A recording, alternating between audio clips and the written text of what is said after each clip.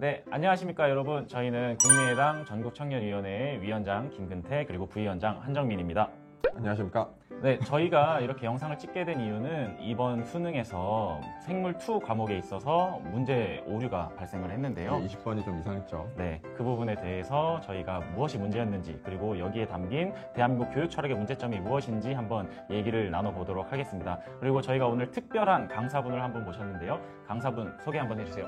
네, 안녕하세요. 국민의당 대통령 후보 안철수입니다. 네, 오늘은 저희가 일일 교수님으로서 강의를 좀 부탁드리겠습니다. 그래서 오늘 이 자리에서는 저희가 교수님이라고 호칭을 불러드리도록 하겠습니다. 예, 오랜만에 교수님 소리 들으니까 옛날 생각도 나고 좋습니다. 사실 송진경 씨 채널에서 맨델의 법칙에 대해서도 강의한 바가 있거든요. 수업 맡은 안철수입니다. 오늘 맨델의 법칙과 연관이 있는 부분이니까 쉽게 설명드릴 수 있을 것 같아요. 그러면 생명과학 2의 20번 문제, 어디가 오류이고 어디가 이상한지 명확하게 강의 부탁드리겠습니다. 자, 우선 문제부터 보겠습니다. 이게 바로 이 문제가 된 문제입니다. 1과 2를 구성하는 개체수가 같다고 되어 있고요. 그 중에 한 집단만 하디-바인베르크 평형이 유지되는 집단이라고 해요. 이 하디-바인베르크 평형이라는 것 자체가 그 유전자 비율이 세대를 거쳐서도 일정하게 유지된다 그런 것이고요. 그런 집단을 맨델 집단이라고 이렇게 부릅니다. 그렇게 복잡한 건 아닌데 어쨌든 둘 중에 하나가 그렇다는 거고, 몸 색깔과 날개 길이를 결정하는 유전자는 서로 다른 상염색체에 있다니까 한 유전자는 몸 색깔을 결정하는 것, 또 한 유전자는 날개 길이를 결정하는 것이다. 뭐 그런 문제입니다. 하디-바인베르크 평형에 대해서 말씀을 아까 드렸는데요. 사실은 이 유전자 존재되는 비율에 대한 겁니다. 그러니까 흔히들 보면 우성 유전자, 열성 유전자가 있으면 결국은 사람들이 생각할 때 점점 열성은 사라져서 없어지는 거 아닌가 이렇게도 생각하거든요. 근데 사실은 그렇지가 않고 우성이 원래 가졌던 비율과 열성 유전자가 가졌던 비율이 세대를 계속 거쳐도 계속 유지됩니다. 그런 그 여러 가지 가정이 있긴 합니다만 그게 바로 하디-바인베르크 평형인데요. 그러니까 열성 유전자는 발현이 되지 않는다고 해도 집단 내에 항상 존재하니까 열성이 아예 사라지지는 않게 된다, 이런 말씀이신 거죠? 예. 정확하게 이해하고 계시네요. 참 훌륭한 학생입니다. 그래서 이 식을 바탕으로 개체수를 한번 계산을 해보겠습니다.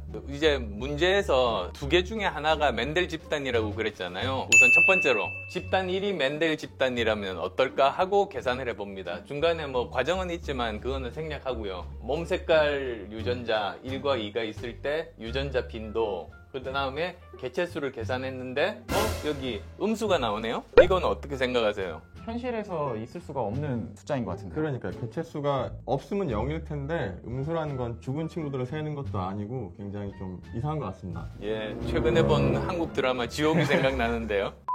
음수가 나온다는 것 자체가 현실에서 존재하지 않는 거니까 집단 1이 맨델 집단이 아니라는 결론에 도달하게 되는 거죠. 그러면 집단 2가 맨델 집단이다 라고 판단할 수 있겠네요. 예, 그렇죠. 그 다음으로 넘어가 보겠습니다. 그러면 집단 1은 확실히 맨델 집단이 아니니까 집단 2가 맨델 집단이다 라고 또 한번 계산을 해봅니다. 이렇게 계산을 쭉 해서 개체수를 계산을 해요. 근데 또 음수가 나왔습니다. 이건 또 무슨 의미일까요? 그러면 뭔가 이 집단도 사실 생태계에 존재할 수 없는 집단이란 뜻이 되겠죠. 여기 생태계는 맨델 집단이 없는 거겠네요. 정확하게 말씀하셨어요. 집단 1도 음수가 나와서 맨델 집단이 아니고 집단 2도 맨델 집단이 아니게 되니까 사실은 이거는 존재하지 않는 집단에 대한 문제가 되어버리는 거예요. 그러면은 현실에서 존재할 수 없는 상황이 주어진 건데 문제의 오류가 명백한 상황인 것 같아요. 근데 평가원에서 분명히 검증을 했을 텐데도 이런 문제가 생겨난 거네요.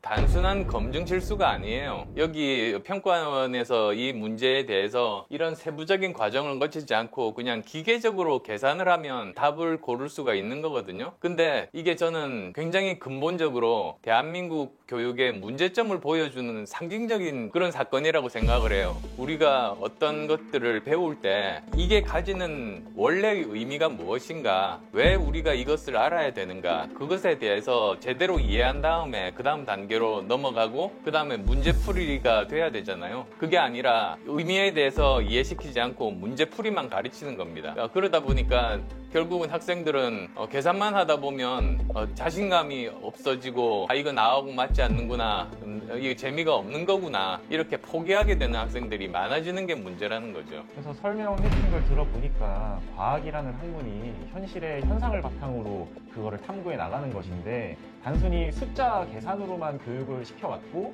그 철학을 그대로 시험에 반영을 했다라고 볼 수 있겠네요. 제가 1차 방정식 강연할 때도 보니까 의외로 정말 기본 중에 기본을 모르는 학생들이 정말로 많더라고요. 우리가 수학을 배울 때 수식을 주고 푸는 방법을 주고 문제 풀어라, 연습해라, 이렇게 계속 가는 거죠. 수능은 점수가 높을지는 몰라도 그 학생이 나중에 흥미도 있게 되고 설사 그 분야로 간다고 해도 그 분야에서 근본적인 이해가 없으면 더 발전할 수가 없는 겁니다. 그래서 교육에서도 실용적인 접근을 바탕으로 교육이 이루어져야 될 텐데 그런 부분이 좀 결여되어 있는 것 같아서 굉장히 안타깝네요. 오늘 안 교수님 모시고 이렇게 설명을 들어보니까 이런 생명과학 문제에 대해서 정확하게 오류를 인식하고 거기에서 이러한 교육 체계의 문제의식을 이끌어낼 수 있는 분은 안 교수님밖에 없다는 생각이 한 번 더 드네요. 예, 그렇게 생각해 주시니까 고맙네요. 그러면 교수님 대통령 되시면 대한민국 교육 철학 올바르게 바꿔질 수 있는 거죠? 저는 정말로 교육이 중요하다고 생각해요. 기업들은 사실 자기들이 스스로 이렇게 창의력을 발휘하고 활동을 할 수가 있지만 어떻게 어린아이를 인재로 키우는 일을 이렇게 경제계에서 할 수는 없는 거거든요. 전적으로 대한민국이 국가에서 해야 되고 정부에서 해야 되는 일이고요. 정말로 중요한 것은 그 학생의 적성을 발견을 하고 그 학생이 창의력을 발휘할 수 있게 하고 또 그 학생이 정말 그 바른 마음을 가지고 다른 사람과 함께 협업을 할 수 있는 그런 인재로 키우는 게 지금 교육의 제일 중요한 부분인데 이런 가장 중요한 부분은 그냥 생각하지 않고 문제 푸는 기계로 만드는 게 대한민국 교육의 문제점이죠. 저는 그걸 꼭 바꾸고 싶어요. 꼭 대통령이 되셔가지고 이런 부분을 정말 교육 체계에 반영할 수 있으면 너무 좋은 나라가 될 것 같다는 생각이 듭니다. 네, 꼭 바꿔주시길 바라겠습니다. 예, 꼭 교육 대통령 될게요. 안철수 화이팅! 화이팅!